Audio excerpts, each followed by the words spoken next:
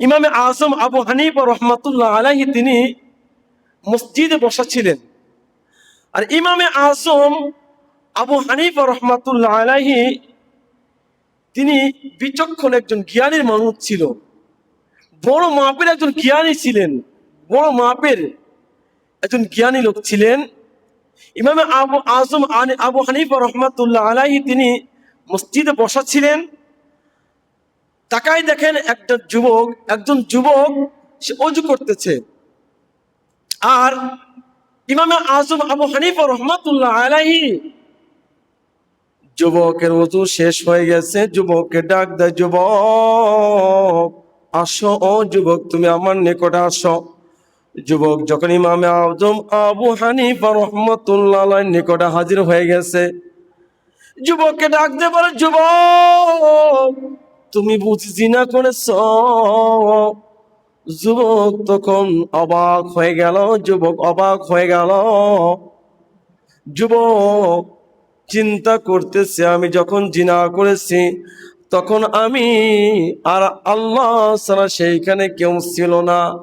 আমি যে অপরাধ করেছি আমার আল্লাহ দেখেছে, আর যার সাথে আমি অপরাধ করেছি সে জেনেছে। কিন্তু ইমামে আজম আবু হানিফা রহমাতুল্লাহ আলাইহি তিনি কিভাবে জানলেন আমি জিনা করেছি? যুবক জিজ্ঞাসা করলাম, হযরত আপনি কিভাবে জানলেন আমি জিনা করেছি? আমি যখন জিনা করেছি তখন আমি আমার আল্লাহ ছাড়া কেউ জানতো না, এমন নির্জন আমি অপরাধ করেছি। ইমামে আজম আবু হানিফা রহমাতুল্লাহ আলাইহি বলতেছে, যুবক রে, যখন তুমি অজু করতেছো তোমার অজুর পানির সাথে সমস্ত গুনাহগুলো ঝরে ঝরে পড়তেছে। যখন তুমি অজু করতেছো অজুর সাথে সাথে অজুর পানি যেদিকে যেদিকে গড়ায় যায়, ওই গুনাহগুলো সেদিকে যেদিকে গড়ায় যায়। তোমার এই অজুর পানির দিকে আমি তাকাইয়া তোমার গুনাহটা আমি বুঝতে পেরেছি, তুমি জিনাকারিনী একজন লোক। আমার ভাইরা আমার, ইমামে আজম আবু হানিফা রহমাতুল্লাহ আলাইহি যুবককে বললে, ও যুবক আর কোশ্চিন এই অপরাধ করবা না, জিনার কাজ করবা না, জিনার কাজ করবা না। যখন তোমার অজু চলে যাবে সঙ্গে সঙ্গে তুমি অজু করে নিজেকে পবিত্র হালাতে রাখবা।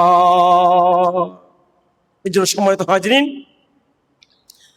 যে যখন কোনো ব্যক্তি, হাদিসের মধ্যে আসছে যে আমার গায়ে যদি ময়লা পড়ে, আমার বাড়ির নিকটে একটা চলমান নদী আছে, আমি যদি ওই নদীতে 5 বার গোসল করি তবে আমার গায়ে আমার শরীরে কোনো ময়লা থাকবে না, ঠিক কিনা? এমনই ভাবে যখন কোন আল্লাহর বান্দা 5 ওয়াক্ত নামাজের শুরুতে 5 বার নতুন করে ওযু করে নিবে, ওভাবে তার ভিতরের সমস্ত গুনাহগুলো ওযুর পানির সাথে সব ধুয়ে ধুয়ে চলে যাবে। মানে সুবহানাল্লাহ। এই জন্য ওযু করলে ওযুর পানির সাথে গুনাহগুলো কি পরিষ্কার হয়ে যায়। তবে খেয়াল করতে হবে, আমি যখন ওযু করব আমার ওযুর পানি যেন আমার পোশাকে না লাগে, এদিকে খেয়াল করতে হবে। কেন যদি আমার এই ওযুর পানিটা পোশাকে লেগে যায়, হতে পারে আমি অপরাধী, তাহলে আমার নাপাকিটা আমার গায়ে লেগে যাবে। ইমাম আজম আবু হানিফা রাহমাতুল্লাহ আলাইহি বলেন যে খেয়াল করবা যখন তুমি ওযু করতেছ তোমার ওযুর পানি যেন তোমার গায়ে না লাগে।